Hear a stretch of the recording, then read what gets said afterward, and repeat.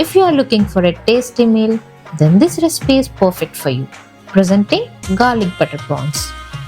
But before we begin, make sure to hit that subscribe button.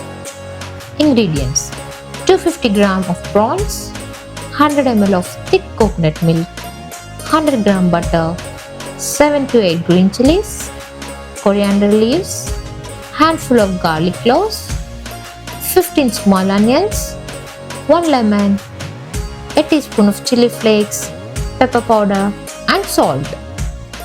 Marination: take cleaned 200 gram prawns, marinate them with salt and juice of half a lemon. Let them rest for 5 minutes. Preparing sauce: heat a pan, pour in 2 tablespoons of oil. Add 7 to 8 green chilies, 10 small onions and a handful of garlic cloves. Adjust green chilies to your liking. Sauté it well for 2 to 4 minutes over medium flame. Now add a handful of coriander leaves and mix them all together, cooking for 2 minutes. Remove from heat, keep it aside and let it cool. Take a mixer grinder jar and put them in. Add a few spoons of water and grind it into a coarse paste. Then set it aside. Heat the pan over medium heat and add 1 tablespoon of butter. Once the butter is melted, add the prawns and let them sear for 2 to 3 minutes on each side until they turn pink.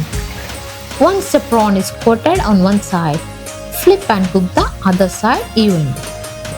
Transfer the cooked prawns to a bowl and set aside. Heat a pan, add a cube of butter and wait until the butter melts.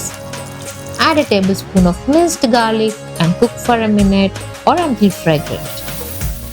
Add chopped onions and saute for few seconds. Now add the blended sauce and give it a mix.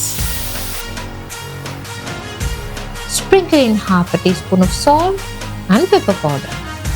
Stir it. Adjust the salt to your taste. Reduce the heat to low and add 100 ml of coconut milk. Then simmer on medium heat for 2 minutes, reducing and slightly thickening until creamy and smooth. Add the prawns back to the pan and mix. Cook for 5 minutes in the sauce. You will see the oil oozing from the sauce.